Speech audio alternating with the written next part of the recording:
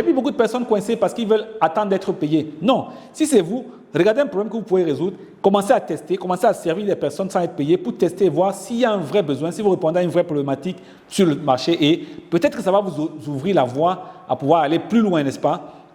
Alors, une fois encore, avant d'explorer cette voie-là, il est important vraiment de s'assurer qu'on a couvert ses arrières avant de pouvoir se lancer dans l'entrepreneuriat parce que c'est une aventure qui est risquée. Je ne vous dis pas d'aller vous jeter comme ça parce que c'est une aventure qui n'est pas simple, mais c'est une aventure qui en vaut la peine. Donc, c'est important de préparer ses arrières, d'apprendre à gérer ses finances, de gérer au mieux ce qu'on a, de mettre l'argent de côté et après, maintenant, de commencer à pousser dans cette direction-là. Donc, la raison numéro 5, maintenant, c'est la plupart des gens me disent le manque de temps. Alors, quand quelqu'un me dit « je manque de temps », je comprends que c'est un problème de choix des priorités. En réalité, c'est peut-être beaucoup plus souvent un mauvais choix des priorités qu'en réalité un manque de temps. Il est important de comprendre que ici, quand quelqu'un me dit manque de temps, le plus important, c'est de regarder qu'est-ce que je produis, quelle est ma productivité, quels sont mes résultats aujourd'hui. Donc, ce n'est pas une simple gestion du temps. En fait, on a tous 24 heures, mais nous choisissons de les consacrer à certaines choses plutôt qu'à d'autres. Donc, si on fait un mauvais choix, on peut faire un mauvais choix pour deux raisons essentielles. La première, c'est que nous sommes devenus des addicts aux réseaux sociaux et à tout ce qui est distraction. On est sur les réseaux sociaux matin, midi, soir.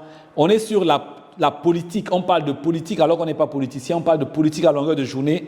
On parle énormément de tout ce qui est sport, football, Champions League. On est avec des amis avec qui on discute de tout et de rien, mais on ne discute pas des choses qui nous font avancer. J'appelle ça de la distraction. C'est bien d'avoir des amis, c'est bien de consacrer du temps pour pouvoir échanger ensemble, mais c'est mieux de limiter ce temps-là et de consacrer le maximum de temps vraiment à des éléments qui comptent pour nous. Vous voulez apprendre un domaine particulier pour vous lancer dans l'entrepreneuriat, mais vous dites que vous n'avez pas le temps. Et toi, particulièrement, tu dis que tu n'as pas le temps. Les excuses des autres, je vais accepter, mais toi, je n'accepte pas tes excuses.